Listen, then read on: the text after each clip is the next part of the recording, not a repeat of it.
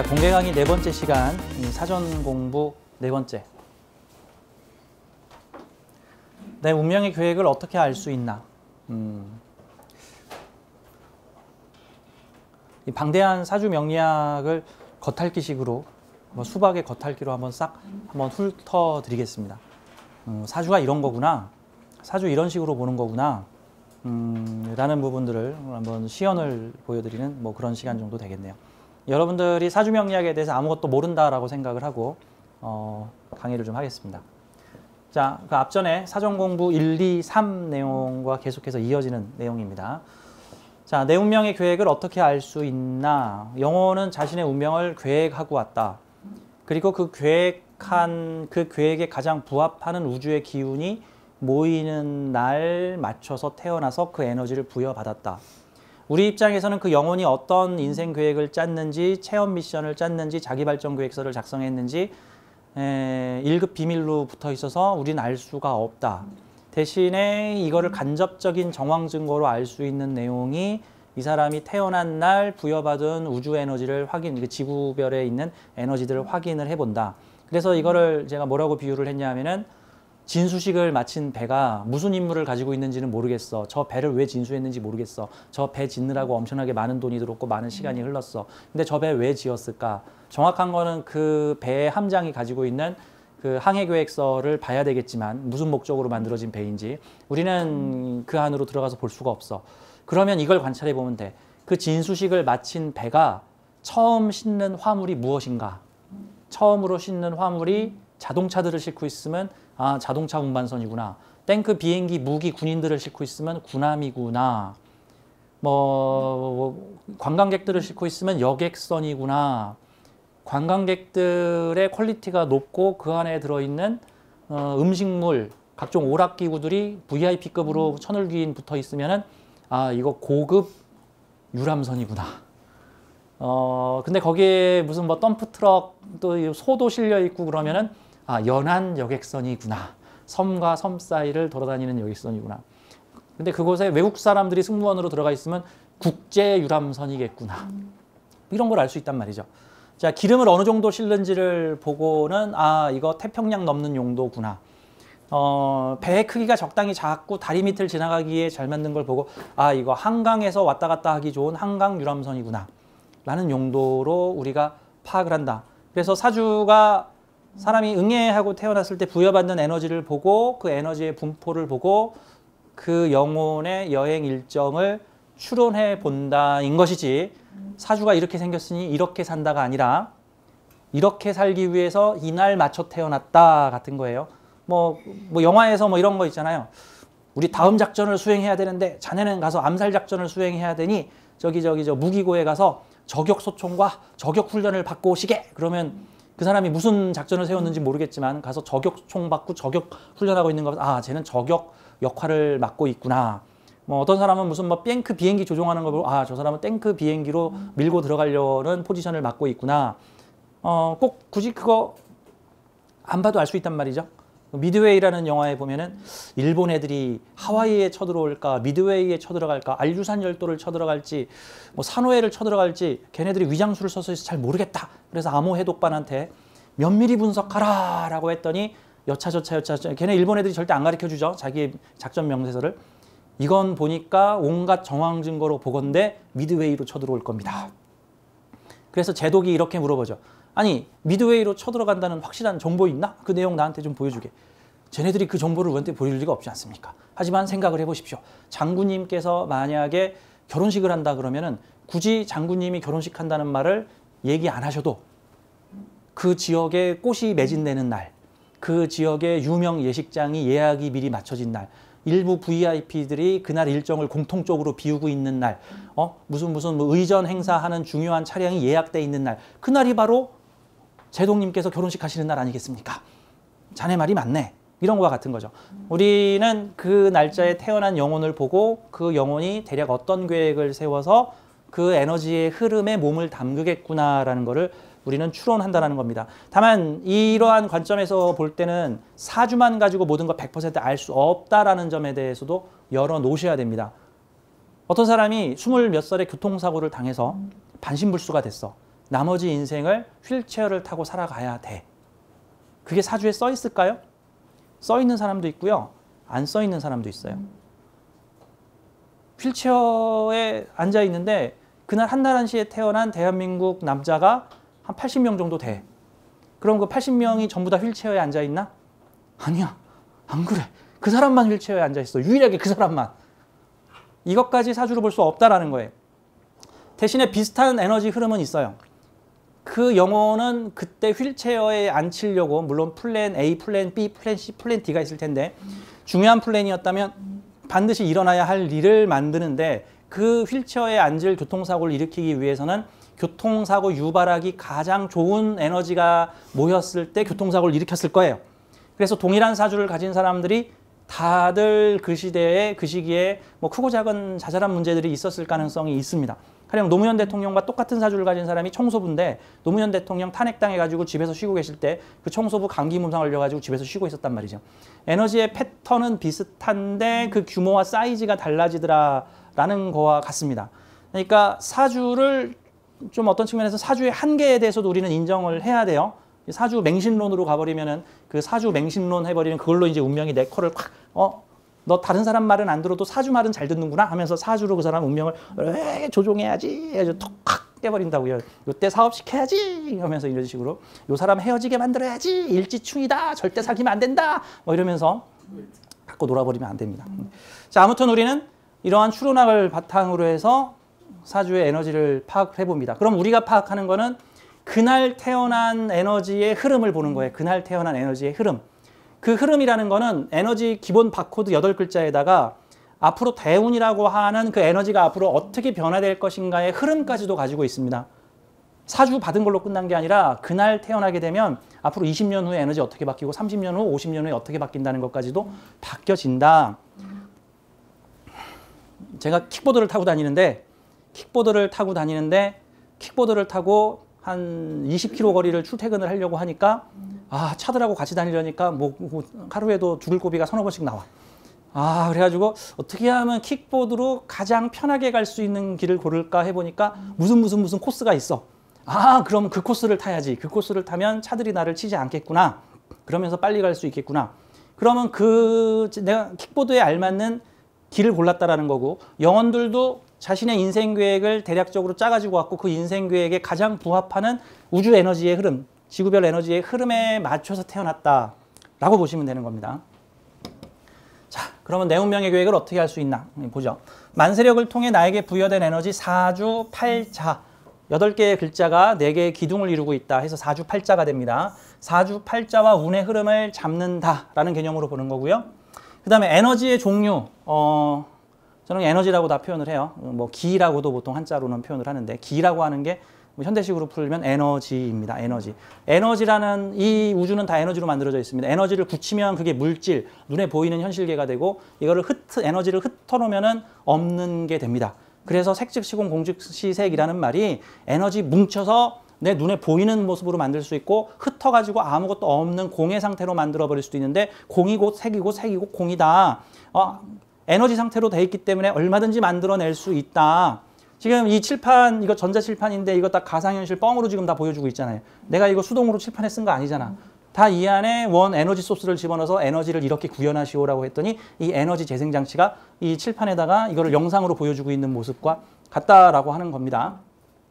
자, 그러면 우리는 8개의 에너지를 부여받았다. 천간 4개, 지지 4개의 에너지. 천간 에너지는 조금 더 흩어지기 쉬운 관념적 에너지로 많이 사용이 되고 지지의 에너지는 좀 더 실체화되어 있는 에너지로 보여진다. 이건 뭐 마치 비타민으로 치면 수용성 비타민, 지용성 비타민 정도의 차이, 뭐 물에 잘 녹는 비타민, 물에 잘 안 녹는 비타민 뭐 이런 것 같은 거 차이. 자, 에너지의 종류와 위치, 그 다음에 에너지의 구조, 요거를 파악을 해보고 이 영혼의 미션과 버킷리스트를 파악해 본다. 미션, 버킷리스트 뭐 거의 비슷한 말인데 버킷리스트라는 거는 이 영혼이 이번 생에서 체험해보고 경험해보고 싶은 것들이 무엇입니까를 8칸에다 써가지고 왔다라는 개념인 거예요. 식상 혼잡이면은 이번 생에서 이것저것 다 해보고 싶어요. 관성 혼잡이면 이관 저관 다 경험해보고 싶어요. 인성 혼잡이면은 이 공부도 해보고 싶고 저 공부도 해보고 싶어요. 뭐 이런 거 같은 거예요. 재성 혼잡이면 이렇게도 돈 벌어보고 싶고 저렇게도 돈을 벌어보고 싶고 이렇게도 세상을 다루고 싶고 저렇게도 세상을 지배해보고 싶어요. 비겁 혼잡이면은 이 인간 저 인간 들고 아웅다웅 부대끼면서 살아보고 싶어요. 라고 하는 체험 계획이 적혀 있는 거예요. 이게 이제 버킷리스트론으로 보면 됩니다.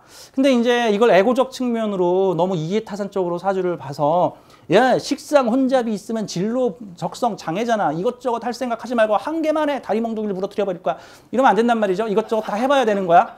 그것도 위치에 따라서 인생 전반부에 해볼 거와 인생 후반부에 해볼 게 있는 거예요.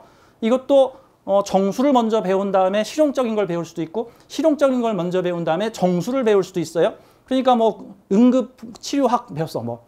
근데 이제 구조학이라고 하는 학문을 배웠는데 이 학문을 배웠는데 현장에서 전혀 쓸모가 없어. 그러면 현장 구조학 해가지고 정말 헬리콥터 타고 가서 사람을 구조하는 방법을 배우더라. 이런 건 좀 더 실용학문으로 배울 수도 있는 거겠죠. 자, 이게 버킷리스트론이고요. 사주 버킷리스트론이라고 볼 수 있는 거고.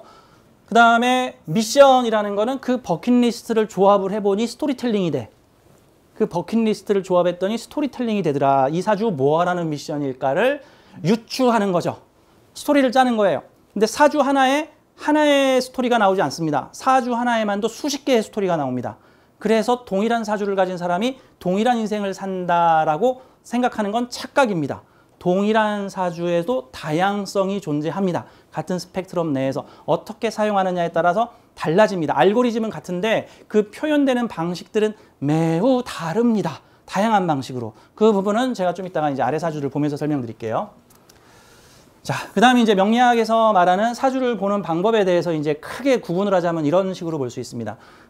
이거는 이제 여러분들이 아마 제 강의를 듣기 전에 뭐 다른 여러 선생님들이 쓰신 책이나 또 여러 선생님들이 강의하시는 뭐 유튜브 동영상을 보고 오셨을 텐데, 이 책도 그렇고 선생님들도 그렇고 학파마다 사주를 보는 주 관점에 대해서 좀 차이가 있습니다. 그러면 어떤 관점은 옳은 관점이고 어떤 관법은 틀린 관법인가요? 라고 물어보면 그렇지 않습니다. 무림계에도 이렇게 싸우는 파가 있고 뭐 취권 뭐 이러고 싸우는 취권도 있고 다 각자 자기 개성이 있고 다 존중받을 수 있습니다. 근데 꼭 태권도는 옳고 가라데는 틀렸다. 뭐 쿵우는 옳고 당랑권은 틀렸다. 이런 거 아닙니다. 다 각자 자기 개성이 있는 겁니다. 자기 개성이. 그러니까 뭐 저희 같은 경우는 12운성을 보는데 12운성 안 보는 건 잘못된 아니요. 12운성 안 보고도 그 정도로 잘 보시면 어마어마한 실력을 가지신 거다. 뭐 이 정도로 생각하시면 됩니다.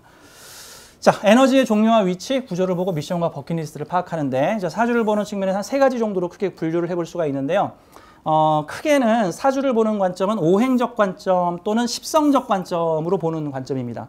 사주를 오행적 관점으로 보는 거와 십성적 관점으로 보는 거. 정확히는 둘 다 봐야 되는 게 맞습니다. 오행에 좀 더 주안점을 둘 수도 있고 십성에 좀 더 주안점을 둘 수도 있습니다. 굳이 저희 서구당 관법은 뭡니까? 라고 말한다면 서구당은 십성에 조금 더 비중을 더 많이 두고 있습니다. 장단점이 있습니다. 오행으로 보는 관점은 너무 해석의 폭이 들쭉날쭉해서 아주 정말 도통한 도사, 자연법을 알고 있는 도통한 도사라면 오행만 탁 봐도 십성 몰라도 다 알아 뭐 할 수 있지만 그게 범위가 좀 되게 큽니다. 좀 더 실용적으로 알기 위해서는 십성론이다라고 뭐 이런 측면으로 봐야 되는데 다 장단점이 있습니다.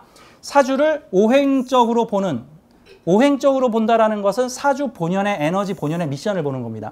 에너지 본연의 미션. 그 다음 십성적으로 본다는 것은 각각의 에너지들에 부여된 임무 역할적 미션을 보는 겁니다. 임무 역할적 미션. 이게 무슨 뜻이냐면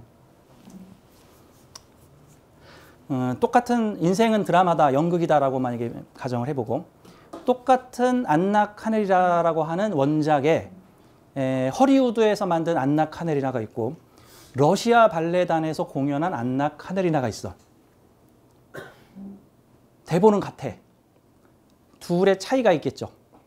허리우드에서 만들면 좀 더 오락적이고 화려한 판타지가 가미됐을 가능성이 높고 러시아에 만들었으면 좀 더 복고적이고 보수적이며 원작에 충실한 방식으로 안나 카네리나라고 하는 이 비극적 연극을, 비극적 뮤지컬을 꾸몄을 가능성이 있어요.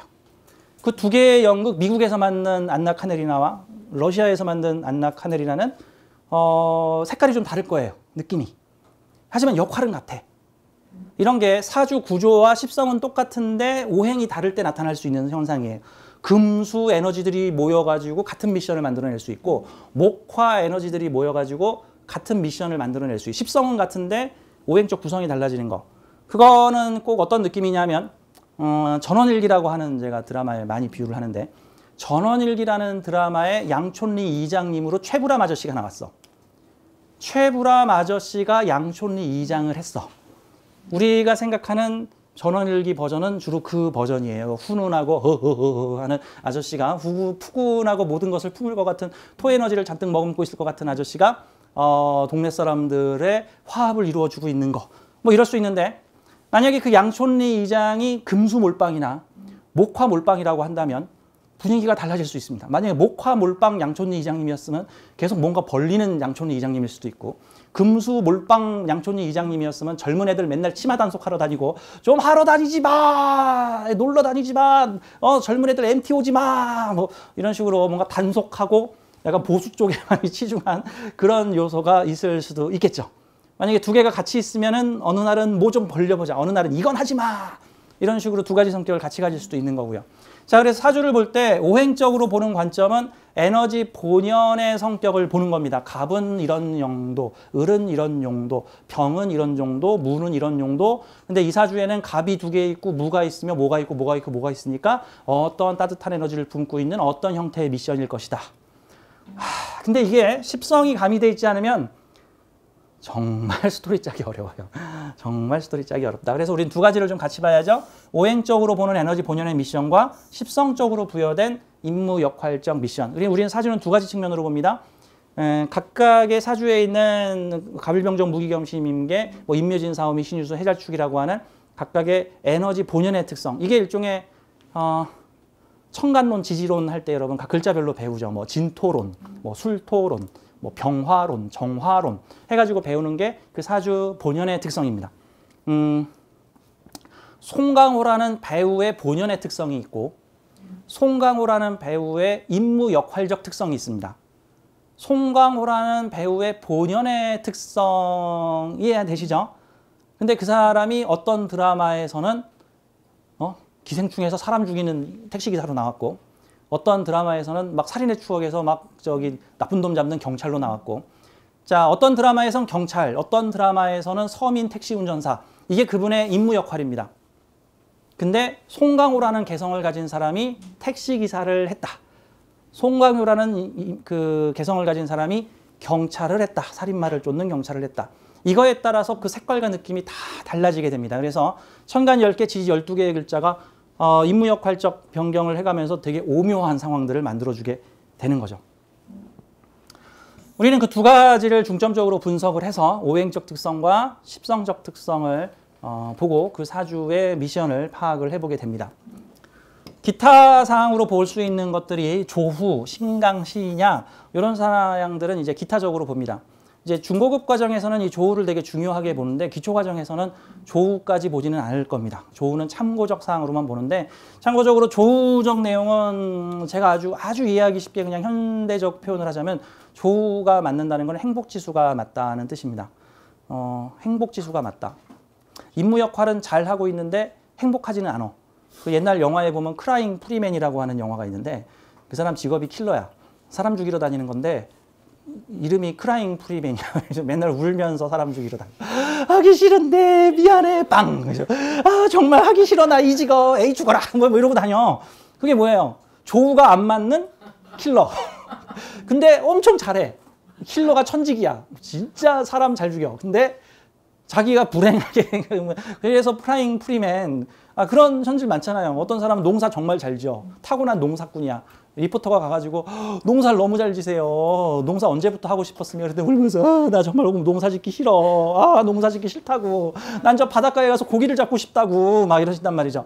그분한테 조우는 바닷가에 가서 고기 잡는 거고 천직은 농사야. 그런 거예요 이제. 근데 그분이 바닷가에서 고기를 잡으면 고기를 잘 잡을까? 아니 고기 못 잡아. 그분 어부하면 망해. 그분은 농사를 지어야 돼 울면서.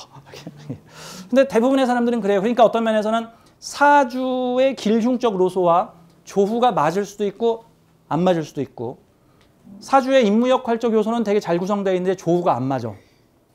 그러면 이 일을 하고는 있는데 행복 지수는 많이 떨어져. 아, 내가 이거 해야 되나? 아, 힘들다. 뭐 이런 일이 생길 수 있어. 어떤 사람은 조우는 되게 잘 맞아. 근데 임무 역할은 꽝이야. 그럼 나는 늘 행복하다고 생각하는데 뭐 하는 일은 없어. 뭐 이런 요소가 생길 수도 있다라고 보는 거예요. 이 조우적 요소, 그래서 사주를 볼 때 조우만 따질 수도 없고 뭐 격국으로만 봐도 따질 수 없고 뭐 신강신약으로만 따질 수도 없고 그런 거죠. 다음에 이제 참고적으로 보는 게 신강신약인데 많은 명리학 공부를 여러분 하시다 보면은 아마 대부분의 명리학 교과서가 대부분 처음부터 제일 처음에 배우는 게 신강신약을 먼저 배웁니다. 그래서 신강신약을 통해서 용신론으로 이제 발전을 하게 되는데 이제 사실 저희는 이제 그 방식을 쓰지 않거든요. 사주의 구조론을 좀 더 비중 있게 보는 거고 굳이 용신을 찾는다 그러면 저는 격국용신을 주된 용신으로 사용합니다. 이게 신강신약론이 나오게 된 게 참고로 요즘 현대시대의 신강신약론이 복지사회, 민주사회에서는 신강신약론이 잘 안 맞아 들어가고요. 사주에서. 대체로 힘들고 어렵고 어떻게든 자기 의지로 불끈 일어서야 되는 뭐 그런 진짜 맨 땅에 헤딩해야 되는 사회. 그런 사회에서는 신강사주들이 상당히 유리합니다. 그래서 이 사주 명리학에서 신강신약론에 대해서 내용을 훑어보게 되면은 뭐 결론은 그거야. 신약 다 나가 뒤지세요. 신약 되는 일 없음. 신약 왜 태어났니? 뭐 이런 구조예요. 대부분 이게 신강신약론이. 그러니까 신약에 대한 차별이 있어요. 그래서 이 신강신약론으로 사주를 보게 되면 신강사주에서는 큰 차이가 안 나는데 이 신약론에서는 사주 해석이 완전히 반대로 확 뒤집어 엎어집니다. 재관이 많아서 깔려 죽었네. 이제 주로 이런 해석들이 많이 나오거든요. 근데 요즘 현대 시대에는 재관이 많아도 안 깔려 죽어요. 안 깔려 죽어요. 그냥 이렇게만 보면 돼. 신강은 맨 땅에 헤딩 잘하는 사주. 그러면 못 사는 집에 일어나서 개천에서 용나는 일 그런 미션 잘하겠죠. 그렇죠. 그다음에 이제 신약은 기존에 해왔던 업적을 계속 이어가는 데 유리한 사주. 하지만 맨 땅에 헤딩하기에는 매우 불리한 사주. 재벌 2세나 3세로 태어나면 아주 좋겠죠. 그렇죠. 부잣집에서 부모님의 전폭적 지원과 후원을 받으면서 살면 아주 좋겠죠. 좀 건강이 좀 안 좋아도 괜찮겠죠. 병원비 있는 집안에서 태어나면. 그렇죠? 그런 측면이. 근데 이 신약이 그러니까 쉽게 말해서 손이 많이 가는 사주라 이거야. 돌봄이 많이 가는 사주야. 자, 강아지가 있다고 쳐. 강아지가 신강 강아지와 신약 강아지가 있어. 야생의 사회에서는 신강 강아지가 유리해, 신약 강아지가 유리해. 신강이. 신약은 다 자연 도태돼 버릴 테니까. 근데 애완견으로 키울 때는 신강 강아지가 유리할까, 신약 강아지가 유리할까? 자, 신강 강아지 애완용으로 키우려면 힘들어요. 주인 물어, 수들리면. 그리고 집 나가. 나 너 없어도 살 수 있어. 멍멍 하고 집 나가버린다고. 신강 강아지들은. 나 산에 가서 들개가 돼서 내 종족을 이룰 거야. 뭐 이럴 수도 있다고. 자, 그러면 현대사회는 신강 신약의 이제 그 차별이 없어진 사회다. 대한민국은.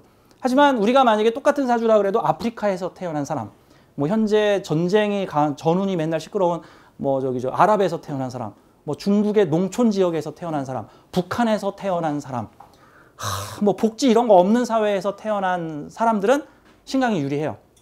근데 복지 국가에서 태어나면 신약이 유리해. 그래서 신강 사주들은 나는 맨 땅에 헤딩한다가 되니까 남이 5층 석탑 쌓아놓은 거 확 부셔버리고 자기가 다시 1층부터 쌓아버린단 말이죠. 신강들은. 뭐 다 그런 건 아닌데.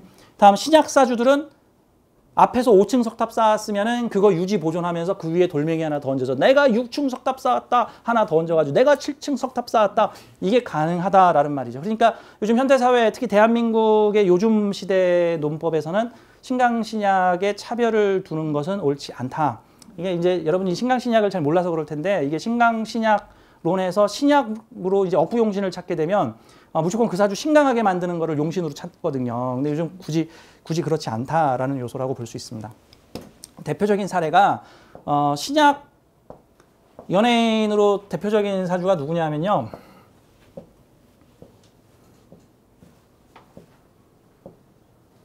유재석 씨예요. 유재석 씨. 여기 있다.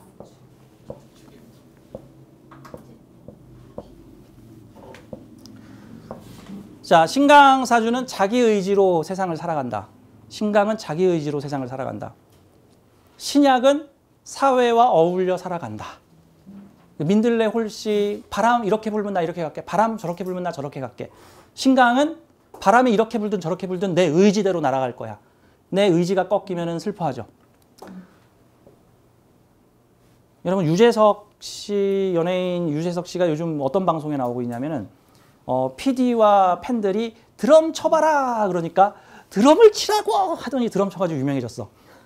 좀 있으니까 와 드럼도 잘 치네. 제주 하나 더 부려볼까? 이번에는 뽕짝을 불러봐라 해가지고 트로트 가수를 붙여다가 그것도 자기가 트로트 가수 선택한 것도 아니야. PD가 무슨 뭐 요술 찾기 해가지고 어디에 가면 너와 함께 듀엣으로 부를 가수가 있을 것이다. 딱 갔더니 뭐 유명한 가수가 있어.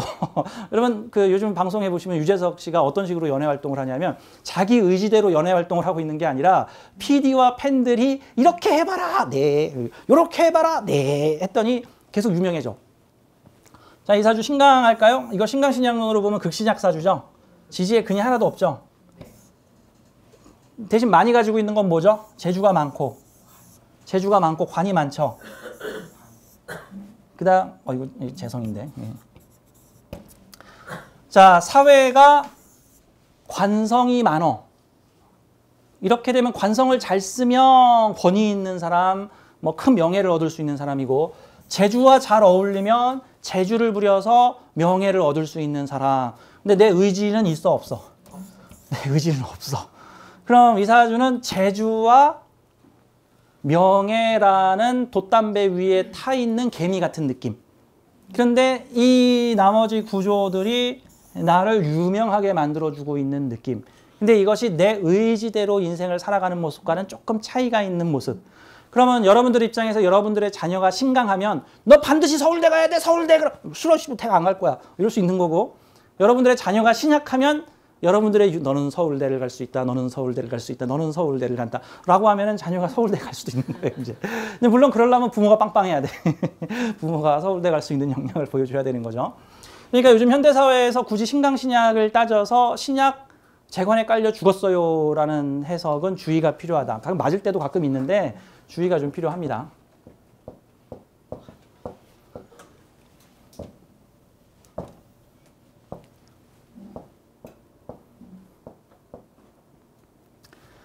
그 원래 그 식상하고 관은 서로 대치점을 만들어요. 식상이 많아지면 관이 약해지고 관이 많아지면 식상이 약해지고 하는데, 이게 특별한 경우 병정화일주 같은 경우는 병정화일주는 식상과 관성이 지지해서 합을 해요. 자축합, 자진합 해가지고 합을 해서 내 재주가 명예를 불러오고 내가 말을 할 수 있게 시키면서 주접을 떨수록 유명해지고 뭐 이런 구조들이 많이 나오죠. 그래서 병정화일주에 재주 부리는 교주들이 되게 많으십니다. 재주 부려서 저 강의로 유명하신 그 교주님들 꽤 계세요. 저기 허 모씨도.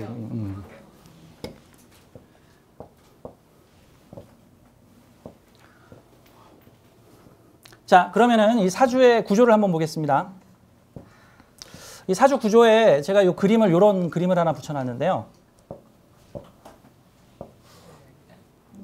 이게 이제 릴레이 경기를 돌고 있는 선수들이죠. 릴레이 경기를 돌고 있는 선수들. 사주를 보면 사주의 4개의 기둥이 릴레이 경기를 돌고 있다라고 생각하십시오. 1번 주자 연주, 2번 주자 월주, 3번 주자 일주, 마지막 주자 시주. 그런데 이 수많은 릴레이 경기를 명리학자들이 분석을 해본 결과 두 번째 주자인 월주가 그 경기의 승기를 좌우하는 데 결정적 역할을 한다는 것을 파악을 하고 4개의 기둥인 사주 중에서 월주의 비중을 확 높여놨어요. 그래서 월주 중에서도 월지를 그 사주의 용신자리라고 해서 이 월지를 격으로 봅니다. 그 사주의 테마 중심. 그러니까 첫 번째 주자가 좀 병신같이 뛰어도 두 번째 주자가 확 만회를 하면, 죄송합니다. 가끔 제가 이런 말이 확 나와도 첫 번째 임팩트 있으라고 하지만 첫 번째 주자가 경기를 못 뛰어도 두 번째 주자가 경기를 승기를 확 붙잡으면은 전체 경기가 대체로 두 번째 주자에 의해서 경기의 승패가 결정이 나더군요. 라고 해서 사주에서 월주를 매우 중요하게 보고 특히 월지를 아주 핵심적인 자리로 봅니다. 하지만 다 그런 건 아닙니다. 다 그런 건 아니에요. 어떤 경우들은 월주에서 악역을 맡고 일시주에서 악당을 물리치는 스토리를 만들기도 합니다. 보통 그렇게 짜는 사주들을 저는 좀 어떤 느낌이 드냐, 약간 변태 같은 느낌이 드는데, 저는 그저 인생은 다 드라마로 볼 수 있는데 여러분 그 어떤 드라마를 보는데 주인공을 그냥 그렇게 고생을 시켜. 주인공이 결정적인 순간에 뭐 좀 하려고 그러는데 누가 정말 결정적으로 와서 태클을 걸어 못하게 해. 주인공을 또 좌절시켜. 그리고 정말로 둘이 만나야 되는 정말 애틋한 사랑을 가진 남녀가 있는데 이 두 남녀가 만나려고 하는 순간에 어떤 놈이 나타나가지고 해방을 나. 어떻게 그럴 수가 있어. 그래서 20대 때 만나야 되는데 50대 때 만났어. 돌고 돌아서. 어이구 억울해. 억울해. 이게 뭐냐면 연월에 일명 명리에서 말하는 귀신이 많으면 인생 전반부 고생하시오.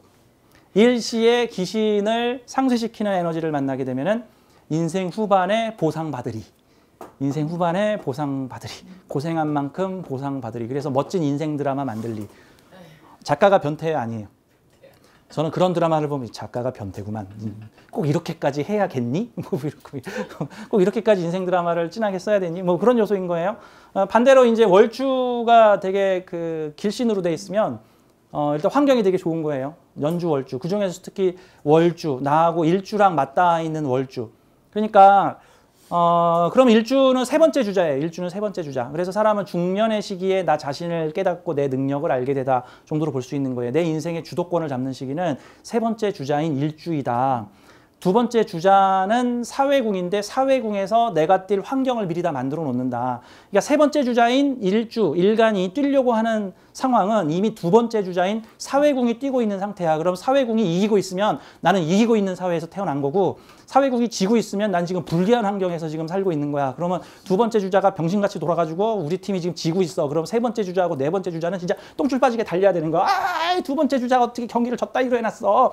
세 번째 주자, 네 번째 주자가 그래서 그거를 뒤집어 놓으면 인생 승리가 되는 거예요. 근데 반대로 두 번째 주자까지는 되게 좋았는데 세 번째 주자, 네 번째 주자가 그 판을 말아먹는 수가 있어.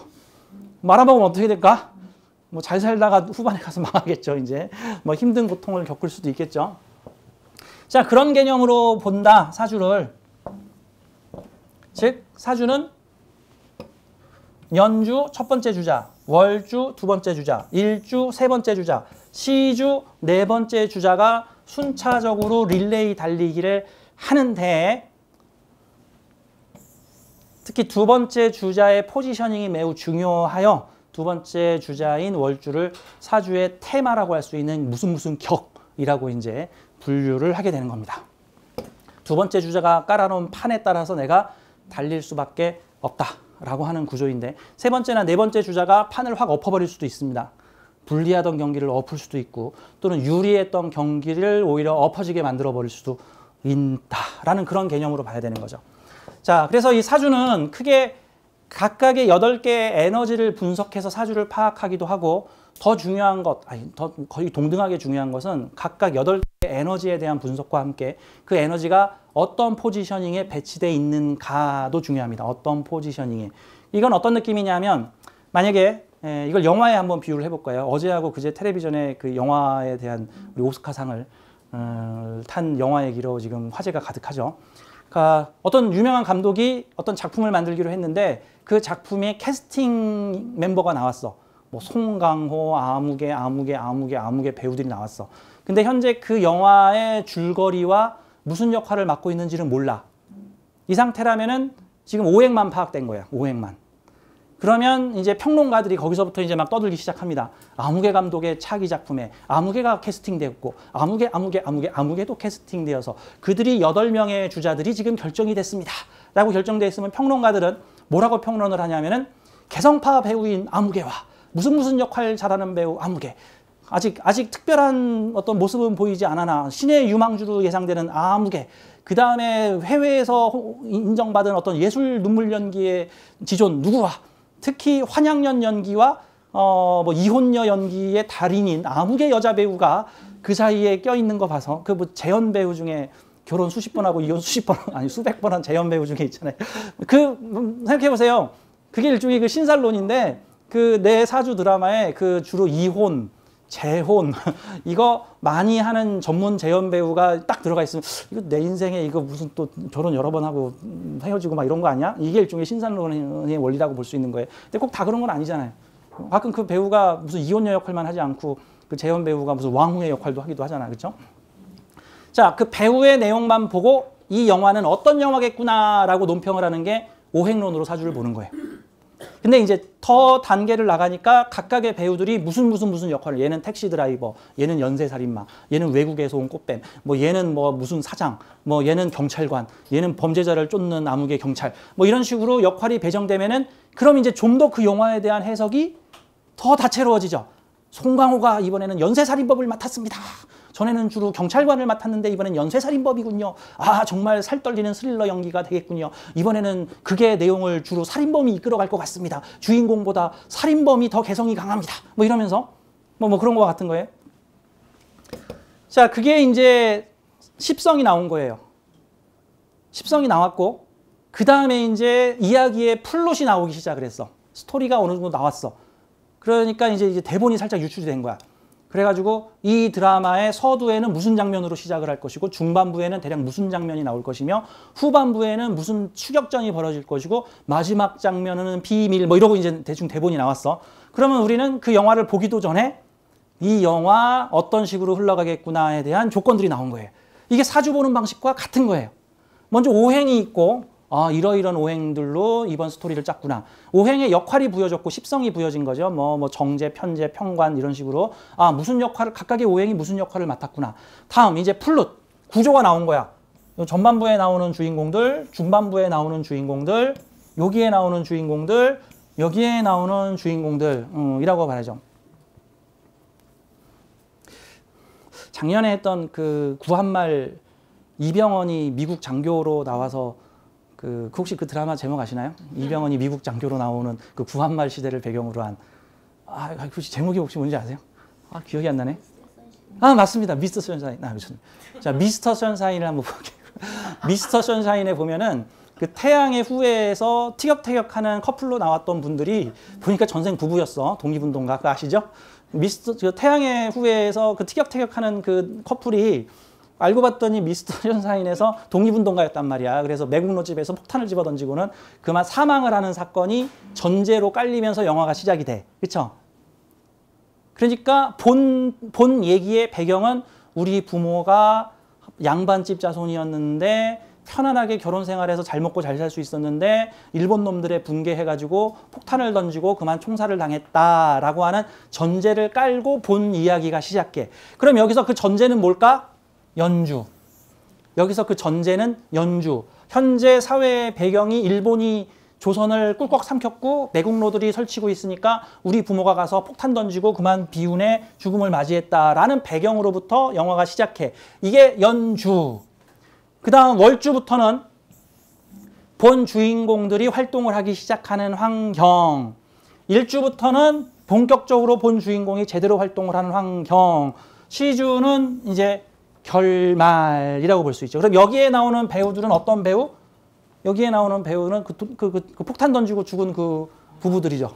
근데 만약에 여기에 있는 글자가 여기에 또 나오면 그 배우들이 다시 마지막 장면에 또 나오겠구나. 뭐 정도로 그럼 이때 이뤄졌던 사건이 이때쯤에 또 일어날 수 있겠구나. 그러면 부모가 매국노한테 도시락 폭탄을 던졌다. 나도 마지막 장면은 도시락 폭탄 던지고 매국노 몇 놈 죽이고 죽겠구나.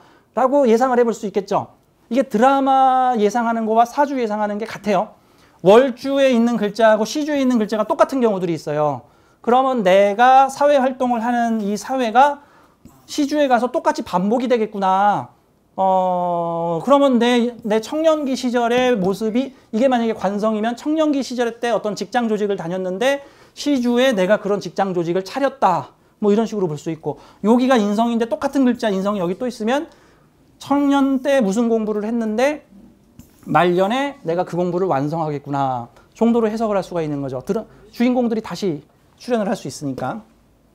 그래서 크게 세 가지 오행의 특성을 알고 그 오행이 어떤 역할을 맡았는가 십성의 특성을 알고 그 글자들이 어떻게 배치되었는가를 보고 사주를 분석 파악한다. 그래서 이 사람의 이번 생의 미션이 버킷리스트는 어떻게 되고 뭐뭐뭐 경험해 봐야 되고 어떤 식으로 이 스토리가 이어져 있는가를 본다. 근데 한번 보세요. 가끔 여러분 드라마를 보다 보면은 어떤 배우가 정말 발 연기를 했어. 발 연기. 되게 병신 같은 연기를 했어. 그래가지고 드라마 시청률이 팍 떨어졌어. 막 그래서 그 다음 장면에 출연하는 배우들이 그냥 막 별 생쇼를 해가지고 어떻게든 떨어진 그 드라마 시청률을 높이려고 그래. 그런 게 어떤 모습이냐면 내 사주에 귀신이 막 이런 데 있을 때, 이런데 귀신이 있을 때. 근데 또 귀신적 측면이라기보단 그 사주에 또 형충해합이라는 게 있어요. 형충해합이라는 거는 각각의 에너지들이 사이좋게 손잡게 움직이고 있는가, 치고받고 싸우면서 움직이고 있는가라는 범위에서 형충이 많으면 인생이 전투적이겠군. 합이 많으면 인생이 가급적인 화합하면서 가는 것이겠군. 그렇게 치면 사람들이 그럼 합은 좋은 거고 형충은 나쁜 건가요? 아니에요. 제가 아까 그랬잖아요. 각자 장단점이 있다. 다 경험해 봐야 한다. 그럼 이제 여러분들이 이렇게 또 말씀하시고 아니 인생 한 번인데 어떻게 언제 다 경험합니까? 건성징악은 이번 생에 다 이루어져야 됩니다. 라고 하는데 그렇지 않다. 네, 다음 생도 있고 그 다음 생도 있고 그 다음 생도 있고 그 다음 생도 있다. 또 그 전생도 있고 그 전생도 있고 그 전생도 있고 그 전생도 있었다. 라고 볼 수 있는 거고 심지어는 현대 과학 이론을 여기다 갖다 붙이면 이제는 멀티 유니버스, 다중우주론. 지금 내가 살고 있는 내가 하나가 아니다.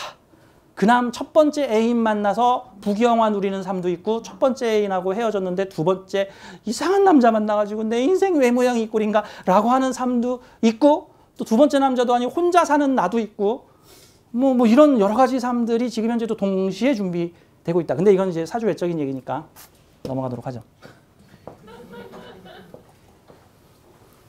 그럼 우주는 왜 이런 환경을 만들어 놓습니까? 우주는 왜 이런 환경을 만들어 놓습니까?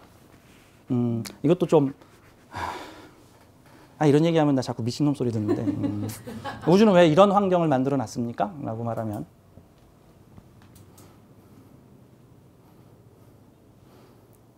우주의 빅데이터를 수집하기 위해서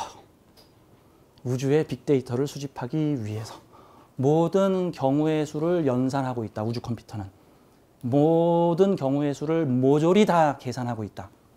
그러니까 한번 이렇게 보자고요. 이세돌과 바둑을 두고 있는 슈퍼컴퓨터가 있다고 쳐요.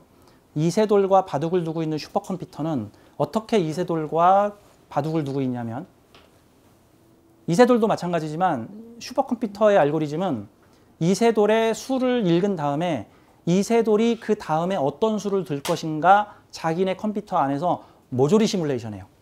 그게 몇천 번이든 몇만 번이든 몇십만 번이든 몇백만 번이든 간에 그 연산을 모조리 다 해요. 그래서 내가 이 수를 두면 제가 이 수를 줄 거야. 그럼 난 이 수를 두면 되지. 그럼 얘가 이 수를 줄 거야. 그럼 난 이 수를 두면 되겠네. 좋아. 그런 다음 또 이 수를 두면 되지. 이러면 이제 수천만 개의 경우의 수가 나오는데 그 경우의 수를 컴퓨터는 모조리 동시에 연산을 합니다. 옛날 컴퓨터들은 버퍼링이라는 게 있었어요. 버벅 연산하는데 10분 걸리겠습니다. 뭐 이러고 있는데 우주 컴퓨터는 버퍼링이 없습니다.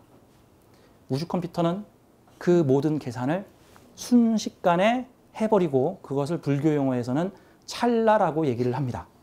그래서 이게 영성학적으로 깊은 단계로 들어가고 종교학적으로도 깊은 단계로 들어가게 되면 인생은 찰나이고 과거, 현재, 미래는 모두 한꺼번에 중복되어 있다라고 보는 건데 우리한테 시간이라는 의식을 집어넣으면서 저것은 과거였고 이것은 현재였으며 이것은 미래다라고 우리에게 가르치고 있을 뿐입니다. 그러면 여러분들의 본질은 무엇입니까? 나는 지금 김말동이다, 김새똥의 삶을 살고 있지만 이거는 에고적으로 주어진 임시 이름일 뿐이고 실제 여러분들의 모습은 신이 인간 체험을 하고 있는 중입니다. 신이 인간 체험을 하고 있는 중이에요. 그래서 신이 인간 체험을 이렇게도 해보고 저렇게도 해보고 이렇게도 해보고 이렇게 때리는 사람 역할도 해보고 맞는 사람 역할도 해보고 그 옆에서 말리는 사람 역할도 해보고 그 옆에서 조장하는 사람 역할도 해보고 있는 원맨쇼를 컴퓨터는 찰나에 모든 동시에 일어나고 있는 겁니다. 그래서 많은 사람들이 신이시여 저를 돌보소서라고 하는데 이 안에 있는 참나가 신입니다. 우주의 큰 의식 자체가 신입니다. 더 얘기하면 저 사이비 교주로 찍히니까 여기까지만 할게요. 그냥 여기까지만. 네, 여기까지만.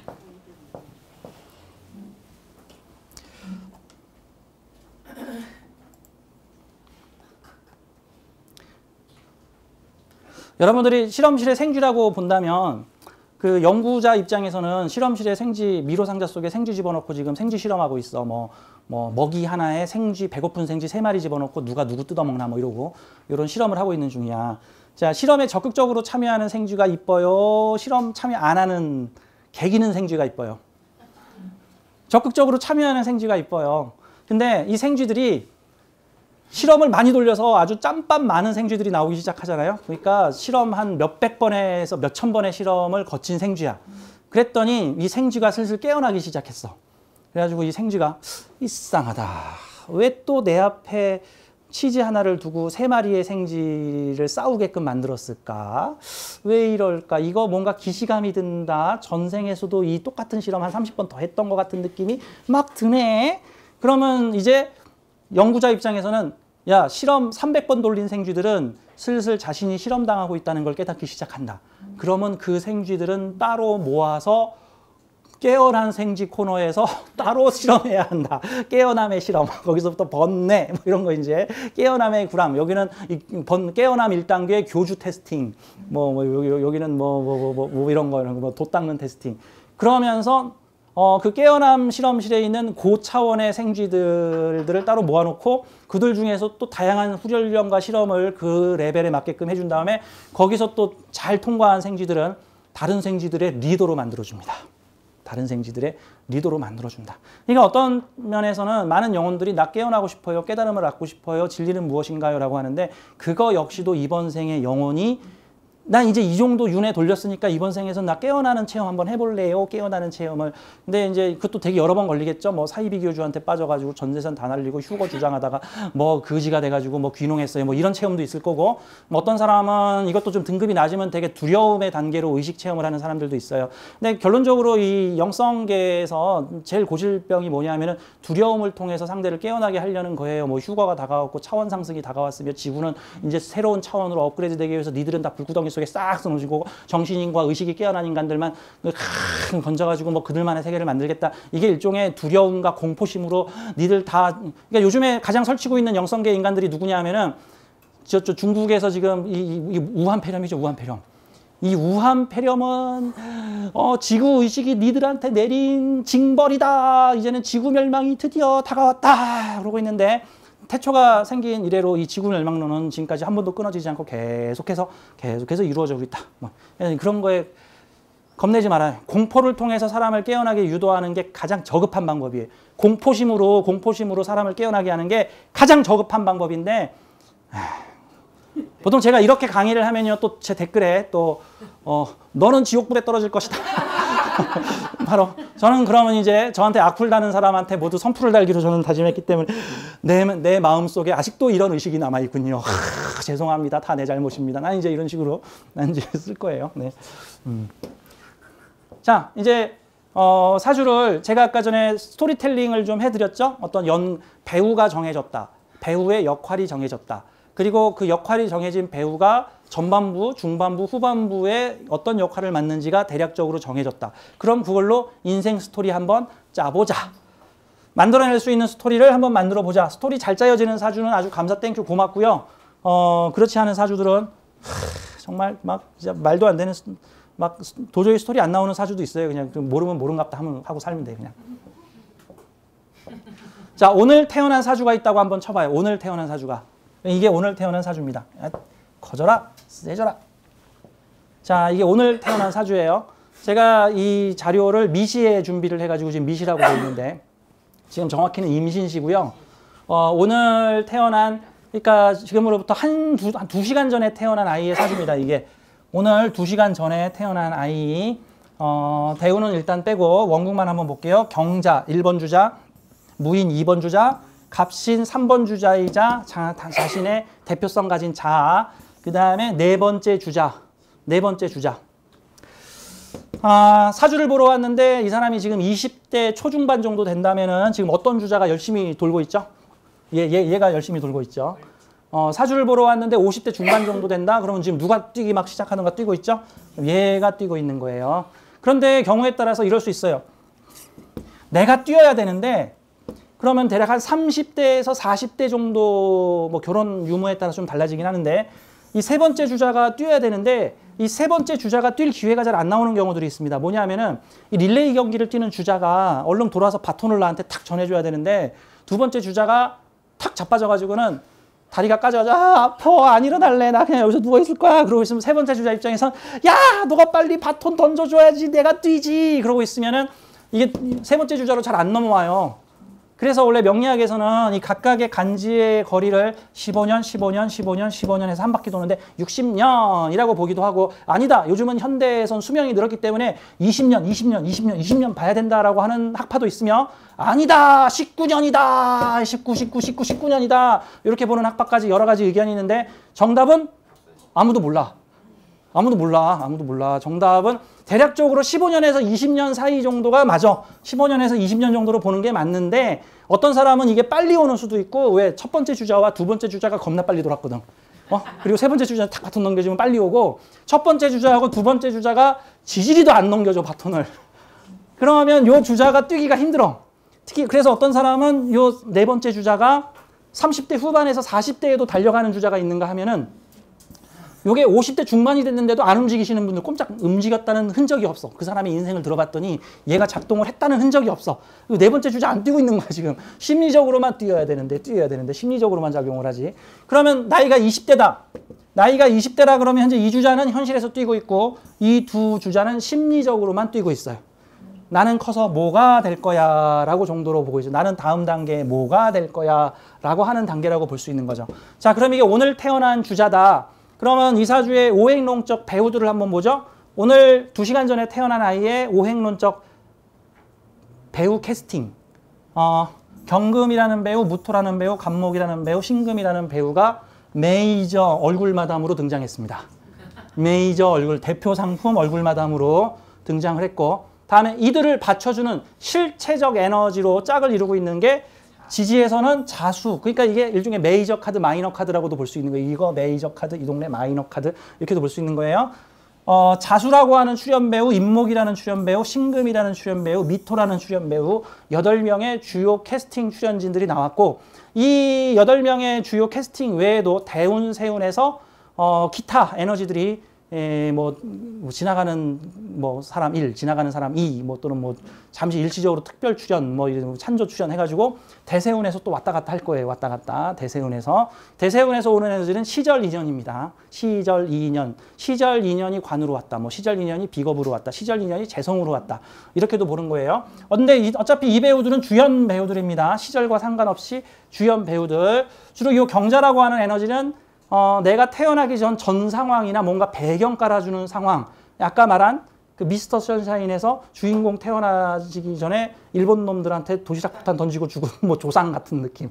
네, 그래서 명리학에서는 여기를 조부모 자리, 여기를 부모 자리, 여기는 나 자리, 여기는 내 자식 자리라고 보는데 이건 역시도 대략적으로 두부를 네 토막으로 나누시오라는 관념인 것이지 정확히 네 토막으로 나눈 거 아닙니다. 생선을 네 토막으로 나누시오라고 했을 때 여러분들은 자로 재가지고 정확히 네 토막 나누나요? 아니야. 첫 번째 토막은 요만큼 만들고 두 번째 토막은 요만큼, 세 번째 토막은 이만큼, 네 번째 토막은 이만큼 이렇게도 만들 수 있는 거고 자르는 건 사람마다 좀씩 다를 수 있어요. 그러니까 이게 정확하진 않다. 그럼 우리는 사주 상담을 할 때 이 사주 중에서 보니까 얘가 가장 잘 뛰는 애네. 얘는 병딱 같은 애네. 제대로 뛰지를 못하네. 그러면 당신이 뛰려고 하는 상황이 지금 안 좋은 상황인데 걱정하지 마시라. 당신의 미래의 마지막 주자가 전세를 다 뒤엎어줄 것이다. 그러면은 주로 얘 빨리 뛰게 해야 돼. 그치? 얘네들 빨리 대충 뛰고 빨리 좀 빠지게 하고 얘네들 빨리 뛰게 이런 식으로 네 번째 주자가 잘 뛰는 아이면 이런 식으로 해석할 수 있다라는 측면이에요.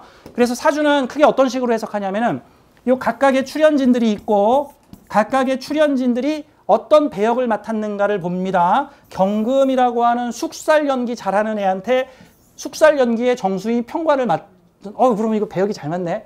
원래 그 청간 시리즈 중에서요. 원래 갑을 시리즈들이 대체로 오행적 특성과 역할적 특성의 매치가 잘 맞습니다. 포악하게 생긴 에너지한테 주로 포악한 역할 시키고 뭐 자애스러운 연기 잘하는 배우한테 자애스러운 연기 잘 시켜. 이게 주로 갑을 계열입니다. 가장 연기하고 매치 안 맞는 동네가 어딘지 아세요? 내 개인적 생각으로는 무기토 계열이에요. 무기토 계열.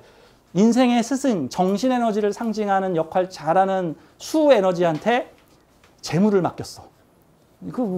주로 출연 배우로서는 주로 이제 뭐 스승, 어머니, 뭐 공부, 학문, 진리 이런 역할을 맡던 배우가 달라이라마 주로 나오던 배우가 갑자기 무슨 뭐 장사꾼 역할로 탁 나와버리면 약간 혼란이 들어오잖아요. 약간 혼란, 막 이런 것처럼. 자, 어쨌든 여기는 지금 간목일주니까 오행적 특성과 역할적 특성이 지금 잘 맞고 있는 건데 경금하면 숙살인데 숙살하면 십성적으로는 평관이죠 또. 평관이죠, 평관.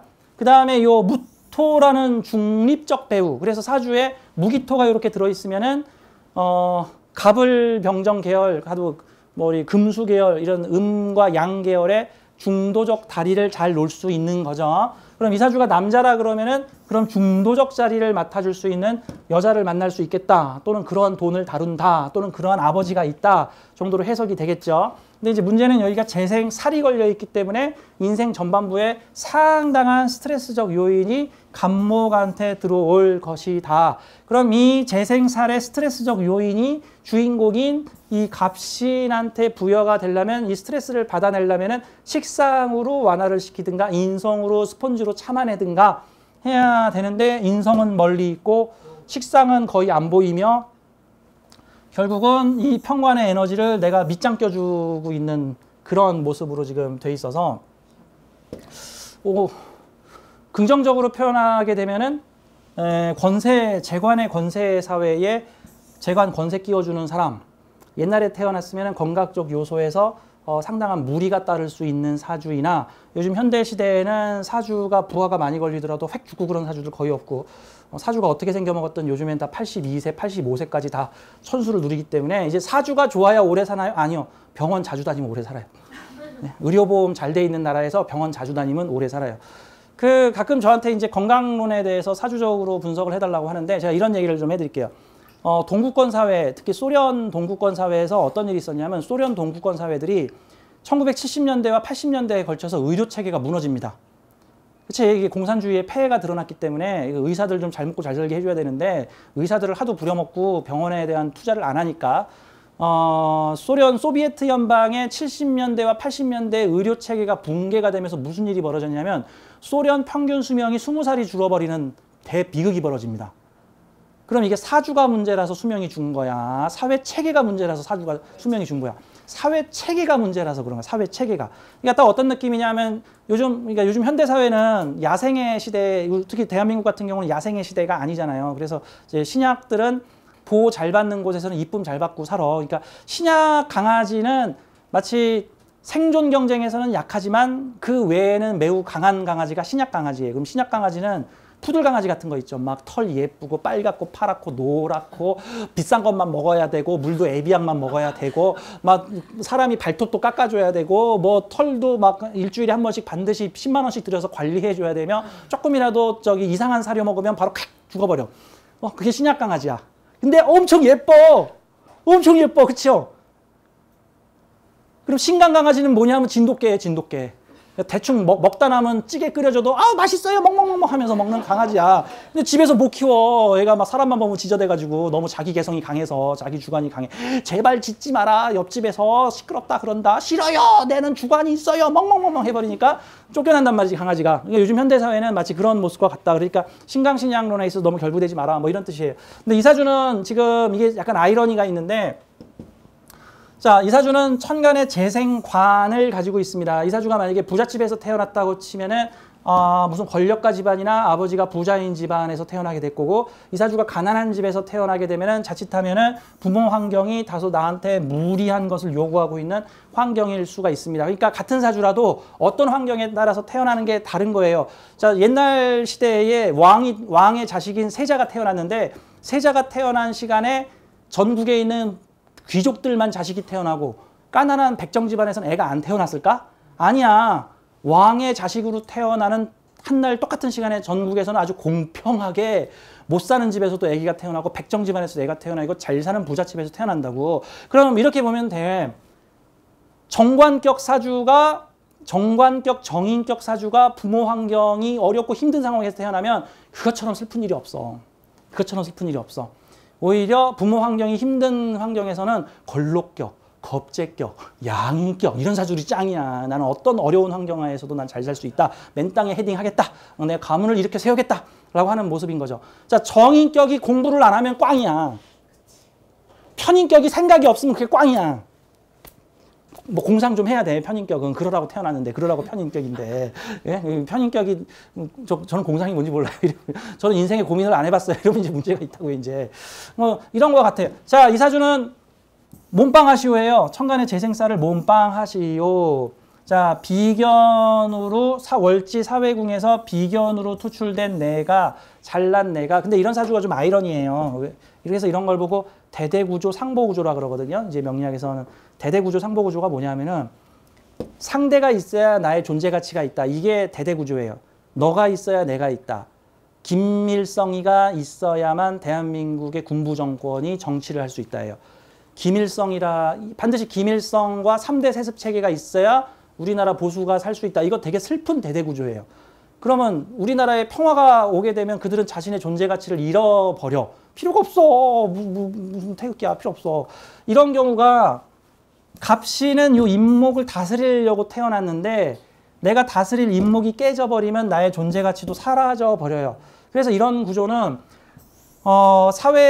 사회가 뭔가에게 탄압을 받고 있거나 뭔가 지시를 받고 있는 모습인데 내가 그 지시 내리는 사람이 돼요.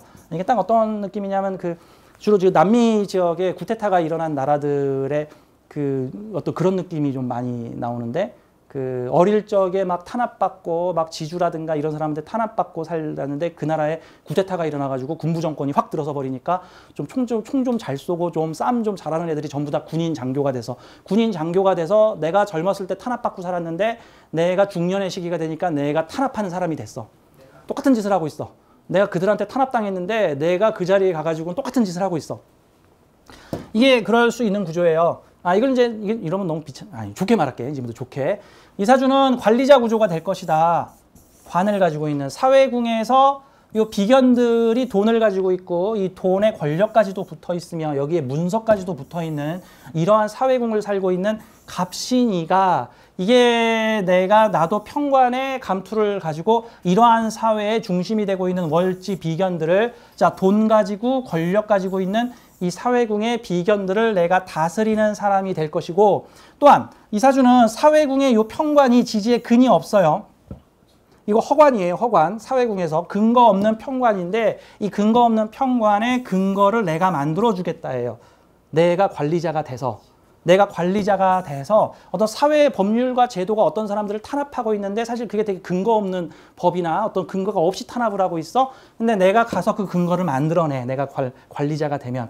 그리고 이 평관의 사회를 나는 정관의 사회로 과도기의 사회를 안정적인 사회로 군인들이 잡고 있던 사회를 문민들이 잡고 있는 모습으로 폭풍우 치는 사회를 혼란이 많은 사회를 다시 안정된 사회로 만들어내겠다라고 할 수가 있고 그 권력을 통해서 나는 재물과 돈을 벌 수 있을 것이다. 뭐 이렇게 해석이 될 수 있는데 이게 순서적으로 이렇게 해석을 하자면은 그러면 이 날짜에 태어난 영혼들은 대략적으로 어떤 인생 미션을 가지고 태어났을까? 사회에 있는 비견들이 돈과 돈의 편관으로 인해서 돈과 권력으로 인해서 힘들게 고통받고 있는 좀 그러한 특수한 상황에 이 사주는 살아가게 될 것이고 이제 이게 부잣집에서 태어나느냐 가난하게 태어나느냐에 따라서 실제 현실로 발현될 때는 그 모습이 조금 다르게 나오게 됩니다.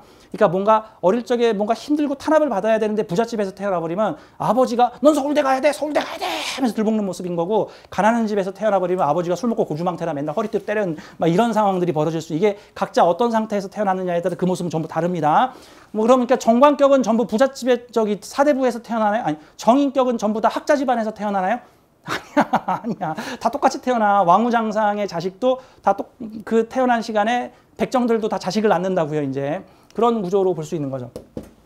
그러면 이 사주를 가진 아이가 엄마 손잡고 오게 되면은 그럼 뭐라고 얘기해 줄 수 있을까? 자, 젊은 시절에 청년기에 재물과 관련해서 부하가 많이 걸릴 수 있고 가급적이면 개인 사업보다는 직장 조직으로 가는데 그 직장 조직이 편제와 평관을 다루고 있는 뭐 그런 회사, 뭐 금융 관련된 회사, 금융, 문서, 정보통신 뭐 이런 회사에서 다소 이런 경우는 인생 전부에 보통 이렇게 재생사에 걸리면은요. 직장 조직 생활이 어떻게 되냐면 대체로 미생 생각하면 돼. 미생. 여러분 미생 드라마 알죠? 미생 드라마에 나오는 출연진들이 전부 다 재생살 걸린 직장인들이 전부 제 시간에 퇴근 못해, 과도한 실적에 의해서 집에 가면은 고민거리 많어, 집에 가도 고민, 직장에 나와도 고민. 그 미생에 나오는 그 남자, 그 잘생긴 남자 말고 그 중년의 남자 있잖아요. 얼굴이 쩔어가지고 얼굴이 쩔어가지고 이게 이제 재생살이 제대로 순화가 안 됐을 때 이제 일어나는 문제라고 볼 수 있는데, 이 사주는 어느 정도의 사회적 부하가 좀 걸릴 것이다는데, 근데 또 장점으로 보자면 평관 걸린 사주들이 자신의 능력치를 마른 걸레 물짜 내듯이 짜내요. 평관이 있으면 그 사람의 능력치를 끝까지 짜냅니다. 끝까지. 호랑이 굴에서 살고 있는 사람 촉발달하다, 뭐 이런 거 같은 거거든요. 근데 편안한 사회에서 촉발달 일이 없다, 뭐 긴장된 사회에서 나는 늘 긴장하고 있어서 내 능력치를 한계까지 뽑아낸다. 그러면 이 사주는 좋게 풀리면은 사회 재관을 다루는 사회의 관리자로서 자기 돈을 상당히 많이 챙길 수 있으며, 인생 전반부에는 좀 어렵고 힘들겠지만 그 힘들고 어려운 과정을 넘어가고 나면은 그 힘들고 어려운 사회를 지배하고 다스리는 사람이 된다. 그래서 내가 이들을 관리하는 모습이 된다. 근데 재생관 걸려서 부자가 되는 경우들은 보통 부자가 돼도 힘들어요. 재생관 걸려서, 아니 재생살 걸려서 부자가 되면 꼭 어떤 모습이냐면은 저 백종원 씨가 포방터 시장에 돈가스 집을 부자가 되게 해줬어. 포방터 시장에 돈가스 집이 대박이 났어. 그 조그만한 포방터 시장이 대박 나니까 줄을 300m를 섰어. 새벽 6시에 가서 예약해야지 먹을 수 있어. 그랬더니 무슨 문제가 벌어지냐면은 그 전까지는 손님이 없어서 손가락 빨고 살았는데 걱정이었는데 손님이 많아지니까 너무 힘들어. 한시도 못 쉬어. 화장실도 못 가. 밥도 못 먹어. 또 미쳐버리겠어. 그리고 손님들이 와서 내가 오늘 3시간을 줄을 섰는데 돈가스가 고작 이거야? 뭐 이럴까봐 막 스트레스는 더 쌓여. 꼭 그런 게 그래서 재생살은 적당히 좀 적당히 하고 사십시오.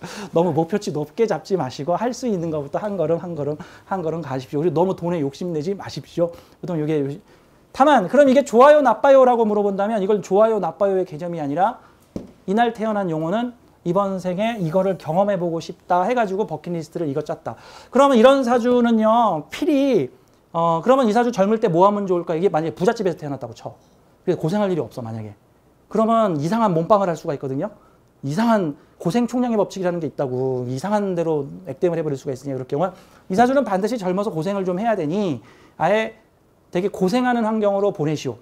근데 예를 들어서 무슨 아주 외국인 학교나 아주 경쟁률 센 대학에 들어가려고 쉬지 않고 하루에 10몇 시간을 갖다 개인 교습 받으면서 공부를 하고 있다. 그럼 액땜 되는 거야. 뭘로라도 이 사주는 스트레스적 환경에 놓여 있으면 돼. 만약에 가난한 집에 태어나서 그런 식으로 자라지 못한다 그러면은 돈 벌기 위해서 공부를 하시오.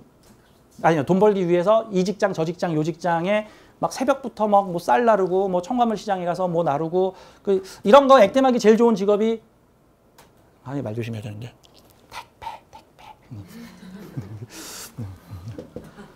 가서 몇 년만 힘든 직업 좀 가지면 고생 좀 하는 직업 와 이거 정말 힘들구나. 그래서 이 사주는 단련이 돼야 함. 그러면 어느 자리에 가든 그 고생하는 자리에 가서 나는 관리자가 될 수 있음. 이거를 체험해 보려고 이 날짜에 에너지가 부여되는 시기에 이 용어는 태어났음을 골랐다 정도로 보는 겁니다. 우리 이 사주 한번 볼게요. 봉준호 감독님이 상을 탔는데 여러분 팜플렛에는 오른쪽 맨 위에 있습니다. 이 시주는 제가 모르고 현재 알려져 있는 사주는 이 사주입니다. 이 사주는 사주의 알고리즘이 어떤 형식으로 나타나고 있냐면 이거 첫 번째 주자, 두 번째 주자, 세 번째 주자인 건데 근데 지금 사주의 첫 번째 주자, 두 번째 주자가 전부 정인을 가지고 있어서 전부 다 나한테 길신 역할을 하고 있습니다. 겁재는 흉신 아닙니까? 라고 하는데 겁재를 통제하는 정관이 나한테 있어서 이렇게 되면은 재화된, 통제된 겁재가 나한테 오는 거기 때문에 이렇게 되면은 내가 유리합니다. 겁재를 보고 있는 천간의 겁재가 정관을 보고 있다는 뜻은 이건 나한테는 정관인데 겁재한테는 평관이거든요. 그러니까 사회의 규칙, 보통 이런 사주가 경쟁을 하게 되면은요, 일간이 되게 유리합니다. 반대로 겁재를 보고 있는 사주가 평관을 보고 있으면은 내가 유리한 환경이 아니라 겁재가 유리한 환경에서 내가 싸우고 있는 어떤 경쟁을 하고 있는 모습인데 이거는 내가 유리한 사주입니다. 그런데 이 사주 매우 재밌는 게 겁재와 경쟁 구도를 가지고 있어요. 내 눈앞에 있는 사회에 잘난 사람들을 계속 보고 있는데 이 사회에 잘난 사람들은 관을 가지고 있는 사람이니까 유명한 사람이면서 인기를 가지고 있는 사람이야. 사회에 잘나고 유명한 인기 가진 사람들을 내가 권위를 통해서 진유합금으로 진유합으로 전부 끌고 들어와 버리니까 사회에 있는 이런 사람들의 인자와 모두 하나가 되는 사주라고 볼 수가 있는 거고, 그래서 이런 사주를 종합을 하게 되면 알고리즘이 보통 어떤 식으로 나타나냐면은 이런 사람하고 놀아야 돼. 이런 사람하고 사귀면 이런 사람하고 같이 작품 활동하면은 거기를 가요. 오스카상을 받으러 간다고. 오스카상을. 자, 사주를 보면은요. 겁재를 때려잡고 내가 승리하는 사주가 있어요. 근데 이 사주는 겁재의 인기를 전부 내가 갖고 들어와서 내가 겁재가 타던 상, 내가 타는 사주가 되는 거죠. 그 다음에 올해 같은 경우에는 이 인성이 천간에 떠서 인성으로 들어와 버리니까 인성복이 들어왔다 그러면 지지에는 비겁국을 이루었고 자진합수 해가지고 지지에 비겁국을 이루었고 천간에 상장이 들어왔어요. 그러니까 비겁들 우르르 모여서 거기서 상을 탔다라고 해석이 가능한 거죠. 물론 어떤 사람은 돈 나가고 뭐 인성 나눠 먹고 고시촌에서 친구들 10명이 모여서 고시촌에서 열심히 고시 공부하고 있는 사람일 수도 있어. 동일 사주자 중에서는. 하지만 이거를 그동안 잘 씨앗을 뿌려놓은 사람한테는 게다가 이분이 또 대운도 좋거든요. 그러니까 올해 경자년에 비겁 우구룩을 이게 올해 자진합하게 되면 이게 일종의 교주되는 건데, 교주 인성으로 교주되는 사주가 되는 건데 내 권위가 올라가면서 사회에 경금이 올라가서 상타는 운, 인기 얻는 운도 되는 거고요. 다음에 사회적 현실이 지지해서 정인이야. 정인정인의 사회니까 이 사주는 뭐 하면 좋아? 문화예술 사회에서 살면 좋죠. 문화예술 실체적 공간은 문화예술 사회. 그리고 그 문화예술 사회 이거 인기도 되거든요. 문화예술 사회의 인기와 정보 학문을 내가 감투차고 사람들을 다스릴 수 있는 권위를 얻고 조직을 갖게 되면 내가 대장을 하게 되면 싹 다 가지고 들어옴. 인기 얻는 대장, 사랑받는 대장, 문화예술을 다스리는 대장. 내 앞에 이 사주는 겁재를 보고 있는데 이런 사주가 15살 때 오면은 뭐라고 조언을 해줘야 되냐면은 사회의 훌륭한 문화예술가를 롤 모델로 삼아 그 사람보다 더 발전할 수 있는 사람이 되도록 하시오. 그래서 이 사주는 이렇게 내 바로 일간 앞에 다른 출연자가 하나 있잖아요. 이게 두 번째 주자였잖아. 내 앞에 띈 두 번째 주자. 이 두 번째 주자가 뛰어서 뭐를 했냐면은 겁재로서 나의 경쟁 심리를 만들어주고 자신의 어떤 롤 모델이나 나 저 사람보다 더 잘 돼야지. 원래 비견비견은 저 사람처럼 돼야지 정도가 비견비견이고 비견 겁재는 쟤보다 더 잘해야지가 보통 이게 겁재예요. 더 잘해야지 뭐 이런 거야. 더 잘해야지. 그리고 이 사람의 문화예술 정보 전부 내 갖고 들어와서 이 사람보다 더 잘 돼야지. 이 사람이 가지고 있는 정관은 겁재의 편관, 나에게 정관은 관인운 들어올 때 상탄다. 무술년 들어올 때 이 사주는 관성, 큰 명예복이 들어오면서 인성, 그 명예의 혜택을 타다라고 볼 수 있으니까 뭐 이렇게도 해석을 할 수 있습니다. 다만 동일한 사람이 다 올해 좋은 일이 생겼을까? 그거는 퀘스천입니다. 아까도 말했죠. 동일한 사주가 고시촌에서 열심히 라면 끓여 먹으면서 네, 우리 함께 뭐 좀 돼보자 하고 자격증 공부하고 있을 가능성도 농후하다. 평범한 범인들한테는. 근데 이게 이름을 날리는 사람들은요. 저는 이거를 사주를 그대로 푸는 관점에 있어서는 저는 좀 퀘스천입니다. 왜 그러냐면 제가 며칠 전에 상담을 하신 분이 아까 그 조 단위로 그 돈을 버셨던 분이 누구냐 하면은 2017년과 18년에 걸쳐서 대한민국의 비트코인 열풍을 일으킨 회사의 메인이세요. 저는 그분한테 뭐라 그러냐면 당신은 운명 체인저와 게임 체인저고 신의 운명 개입에 이용당한 사람이다. 신의 운명 개입. 당신이 그 회사를 만들어서 비트코인 광풍을 일으킴으로 인해서 수많은 영혼들이 다양한 실험을 했다. 부자가 됐다 가난해져 보기도 하고 가난해졌다가 부자가 돼 보기도 했고 일확천금을 벌었다가 쪽박을 차보기도 하는 아주 짜릿한 경험들을 사회에 남겨주기 위해서 당신과 당신의 동업자들을 팀을 짜가지고 치밀한 준비를 거쳐서 이 시기에 비트코인 광풍이라고 해서 사람들에게 뭔가 꿈과 절망 두 개 다 안겨줬죠. 어떤 사람은 뭐 좋게도 받았고 어떤 나쁘게 받았고 그거를 같이 이룰 수 있게 만들었다. 그래서 당신은 사주를 있는 그대로 보기 어렵다. 왜? 신의 운명 개입이 들어온 사주 케이스이기 때문에 그 운을 단순히 사주가 이랬으니까 물론 신도 운명 개입할 때 좋은 운 받아가지고 해요. 좋은 운 받아서 요때 하면 유리하겠네. 이왕이면 요때 하자. 제갈공명이 전쟁을 할 때 무대포로 안 하잖아요. 유리한 기후와 유리한 지형에서 유리한 환경이 갖춰지면 거기서 전투 붙잖아요. 마찬가지로 신도 운명 개입을 할 때 내가 조종해야 될 요 숙주들이 준비가 돼 있으면 공부 이 정도 했네. 그럼 얘를 가지고 한번 운명을 만들어 볼까? 얘는 아직 준비가 안 됐네. 넌 제격. 얘는 준비가 됐네. 너는 그럼 너를 데리고 내가 새로운 운명적 어떤 사건을 만들어 보겠다. 너를 이용하겠다. 보통은 신의 운명 개입을 받은 영혼들은 어떤 상황인 줄 아세요? 나도 모르겠어요. 그때 내가 왜 그랬는지. 어쩌다 보니까 그렇게 됐어요. 아침에 일어나니까 내가 다 알고 있더라고요. 비트코인의 원리를, 그 블록체인의 원리가요, 그냥 아침에 자고 일어나니까 다 생각나더라고요. 그래서 난 그냥 했다고요. 그렇게 되더란 말이죠. 신의 운명 개입도 돼요. 이런 분도 이러한 작품을 만들 때는 보통 저는 이런 거를 신의 운명 개입이라고 보통 얘기해요. 신의 운명 개입. 정주영 회장님 사주 하나만 좀 볼게요. 출연진들을 보게 되면 이 정주영 회장님의 출연진을 보면은 천간의 메인 캐릭터들은 재성, 관성, 나, 평관. 자, 시주는 추정입니다. 요거를 지지의 조연들을 보게 되면 역시 재성, 식신, 나의 몸뚱이, 술토, 편인, 학문. 출연 순서로 보자면은 제일 먼저 출연해가지고 밑밥 깔아놓는 애가 잘난 재성. 재성이가 밑밥 깔아놓으니까 이 사주는 일단 초장의 경제 드라마로 지금 시작하는 분위기네요. 그렇죠? 초장이 경제 드라마로 시작하고 있죠. 만약에 다음 단계에서 인성이 나타났으면 돈에 의해 황폐화된 인성사회가 배경이 될 거야.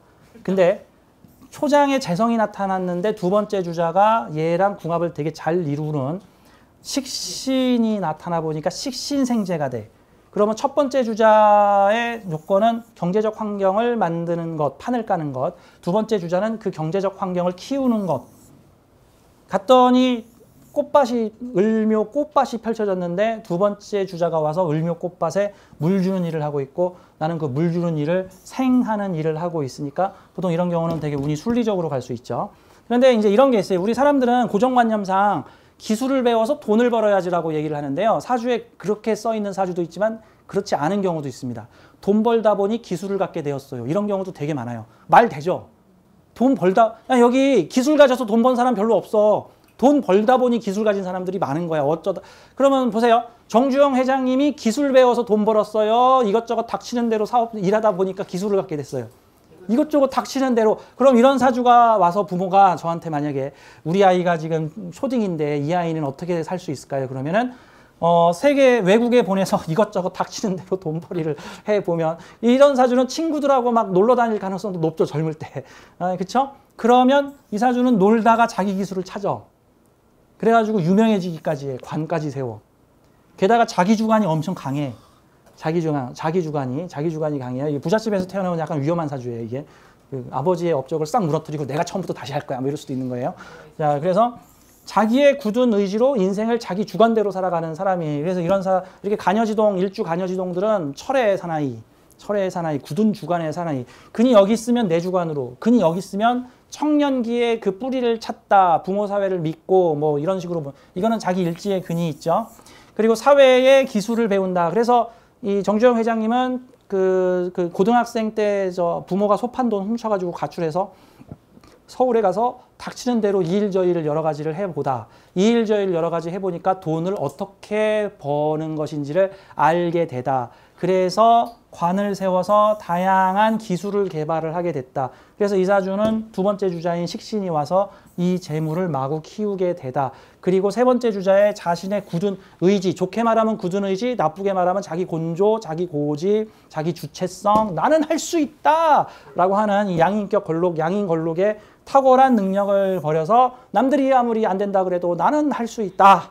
그러면 이런 사주가 사업하겠다고 하면 나는 할 수 있는데 다른 사람들이 안 된다 그러는데 해보쇼 라고 하면 되겠죠. 하다가 몇 번 실패할 수도 있겠죠. 운이 안 좋고 그러면, 세운이 안 좋으면 그래도 해보쇼. 실패하는 것도 당신에게는 모두 경험이 될 것이요. 자, 정주영 회장님하고 똑같은 사주를 가진 사람들은 뭐 하고 살았을까? 동일한 사주가 대한민국 100명인데 나머지는 어디서 뭐 했을까? 쌀집 주인도 있고 어선 주인도 있어요. 저기 비행기 타고 전 세계를 누비면서 비즈니스를 하러 다니실 적에 동일한 사주를 가진 사람은 자기 자전거에다가 쌀 푸대를 짊어지고 동네에다가 쌀을 배달했어. 외국에서 차관을 빌려다가 한국에 조선소를 지으실 때 동일한 사주를 가진 사람은 옆마을 새마을 금고에서 돈을 빌려다가 배를 샀어. 에너지의 흐름은 같으나 그 스케일이 달라지는 경우죠. 그래서 많은 경우 사주가 한번 2번생 제대로 살아볼까 하려면 스케일 크게 놀아라. 외국도 넘나들면서 부지런히 돌아다니면 된다라고 하는 구조죠. 이 말년에 이걸 병술시로 하는 것은 이분이 대통령 되시려다가 휙 들어가 버리는 상황들이 대통령 선거에 나왔다가 엄한 짓을 하셨군요 라고 하는 대통령 선거 나갔다가 스트레스 무지하게 받았다도 되는 거고 자식 때문에 스트레스 무지하게 받았다도 되는 거고 자식이 꼴랑 들어가는 경우도 생길 수 있다. 예, 빌딩에서 뛰어내리셨죠 자식이. 자 이런 것도 볼 수 있습니다. 자 이런 식으로 사주를 어떤 드라마적 요소로 보게 된다면 내 사주의 미션, 버킷리스트 무엇을 경험해 봐야 되는가 좋은 사주, 나쁜 사주 없다. 다 필요한 경험이고 필요한 체험이고 내가 가꾸어 나가야 되는 어떤 미션이다 라고 볼 수 있습니다. 인생 어떻게 사는 게 잘 사는 겁니까? 라고 물어본다면 내가 설계한 운명 계획을 충실하게 살아가는 것이 잘 살아가는 것이다 라고 볼 수 있다. 저는 그렇게 보여집니다. 비겁 많은 사주가 있으면 동업 불가가 아니고 비겁 많은 사주가 있어. 대부분의 경우 동업 불가! 비겁들은 죄다 도둑놈, 사기꾼, 네 돈 털어가려고 하는 놈. 아니란 말이죠. 비겁들과 함께 먹고 살아봐라라고 미션 써온 거예요. 비겁들과 함께 먹고 살아봐라 라고 볼 수 있는 거다. 재성이 여러 개 있으면은 재성이 여러 개가 있으면은 재다신약이니까 되는 일이 하나도 없으니까 이제 한 개만 해라 라는 소리가 아니라 다양한 재물활동을 폭넓게 경험해 보아라. 굳이 깊게 파지 않아도 된다 라고 볼 수 있는 거죠. 그리고 많은 사주의 개운법들이요. 대부분 많은 사주의 개운법들은 동업, 협업을 통해서 나한테 부족한 에너지를 상대한테 보충함으로써 이루어질 수 있습니다. 사실 사주에서 많은 에러가 나오는 것 중에 하나가 어떤 사주는 딱 봤는데 이 사주가 뭘 한다고? 아 이거 힘들겠는데? 제가 그래서 그 토가 잔뜩 있는 사주인데 그분은 그 몇 천억 대의 연기금을 다루시는 재벌이세요. 몇 천억 대의 연기금을 다루는데 보통 그 사주는 저 병원에 누워 있어야 되는 빌어먹는 사주야. 일반적인 사주 명리학상으로. 제가 그래서 선생님의 사주는 사장님의 사주는 사장님 사주만 봐가지고는 알 수가 없고 사장님과 밀접한 인연을 맺는 자식이나 특히 부인 만약에 부인 사주에 수가 많으면 당신은 잘 될 것이고 수가 없으면 인생 힘들 겁니다. 근데 부인 사주를 딱 열어봤더니 물바다 그럼 그 사주는 남자 여자 따로 떨어져 살면은 안 돼. 둘이 붙였더니 대박이 나버린 거죠. 사주가 물바다가 나버렸죠. 물바다. 보통은 그 물바다 사주만 가서 어디 사주 보면 절대 좋은 얘기가 안 나올 망망대해 사주인데 뭐 외롭게 세상을 돌아다닐 떠돌이 뭐 이런 안 좋은 해석이 나올 수 있는데 여기는 토다자, 여기는 수다자 모였더니 몇 천억 대의 연기금을 다루는 사람이 되더라는 거죠. 자, 그런 요소들입니다. 자, 이제 구체적으로 이제 다음 주부터는 본 강의에 들어가서 하나하나 사주의 이론과 원리를 캐고 오행적 역할과 십성적 역할, 그 다음에 사주의 구조를 파악을 해서 이 영혼의 미션과 계획을 알아보고 세상을 어떻게 하면 잘 살아볼 수 있을까? 나도 잘 살고 남도 잘 살아볼 수 있을까? 산에서 헤매고 있는 영혼 저 어디로 가야 됩니까? 할 때 올라가시오, 내려가시오, 쉬었다 가시오를 말해줄 수 있는 방법들은 다음 주부터 시작하겠습니다. 오늘 와주셔서 고맙습니다.